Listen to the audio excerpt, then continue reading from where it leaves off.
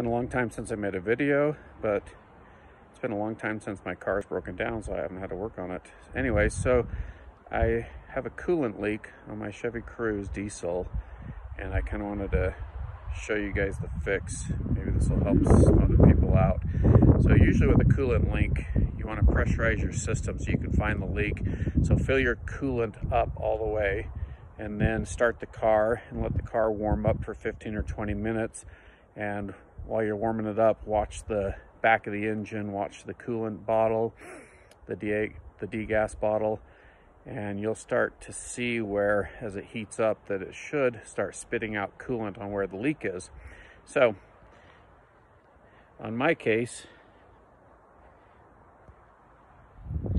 for my case, the leak was in the back of the engine, so I filled up this coolant reservoir.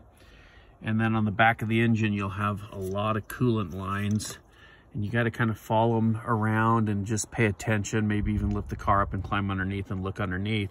But you know, you're not going to be able to see much here, and coolant leaks come in whole different places, so it's not going to be important for me to show you where mine was. But anyways, on the back of the engine, you've got some plastic fittings. There's quite a few of them made out of plastic, which I don't like on these cars, but this thing went from here to here, and even though this is a flexible piece of plastic, it still over time gets brittle, and in my case it cracked at one of the ends.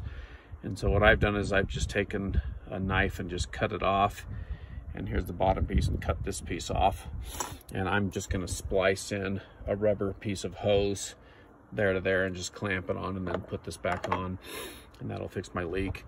And these are quick disconnects on the engine. They're not too difficult to get off. You see this little metal clip in here, and what you want to do is you just want to take a screwdriver or something and get underneath that clip and pull it back.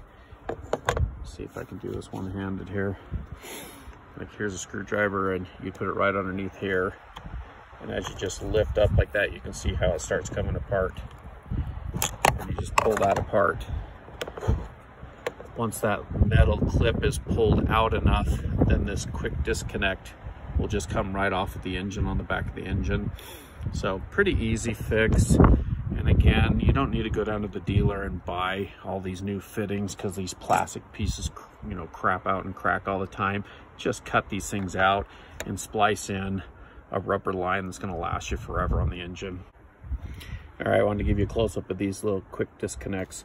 So really what you got to do is, well, it's on the engine, you got to find this little metal clip, and there is a place to fit a screwdriver into. Basically, you put that screwdriver in there and you just pull this clip out like that.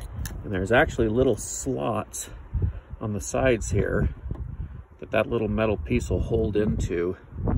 So once you've pulled it out, it'll stick in this little slot, and then you can just wiggle this piece right off and it'll pop off the engine. Then when you're putting it back on, again, you just keep this out, slide it, wiggle it back into place, and then just push this clip back in and it'll go right into place. Anyways, I hope that helps somebody out there.